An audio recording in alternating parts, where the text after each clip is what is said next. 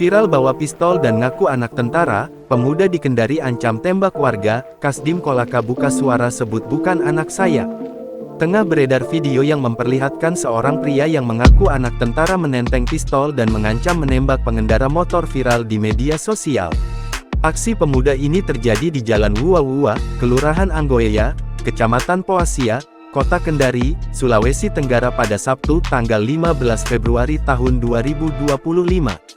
Pemuda tersebut mengancam seorang karyawan swasta memakai pistol saat korban sedang berkendara memakai motor. Korban AJ, 27, seorang karyawan swasta menerangkan kronologi awal tindak pidana pengancaman tersebut. Saat mengendari motor saya diberhentikan langsung mengancam dan berkata kasar, ungkapnya pada Minggu, tanggal 16 Februari tahun 2025. Selanjutnya kemudian korban memanggil saudaranya R dan H untuk datang ke tempat tersebut.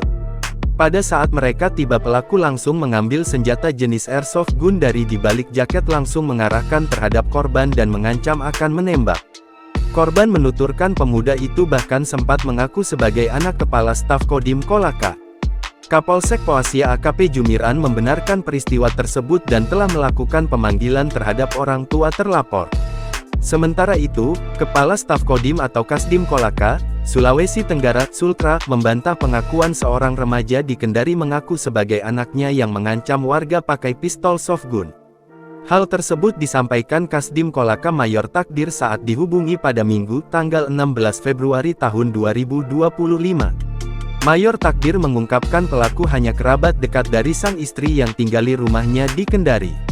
Itu anak tinggal di rumah sekaligus menjaga rumah di Kendari, dan keluarga dari istri bukan anak, ungkapnya. Ia menambahkan terkait kepemilikan soft gun dirinya tak tahu menahu bahkan tak pernah melihat senjata tersebut. Download Tribun X sekarang, menghadirkan lokal menjadi Indonesia.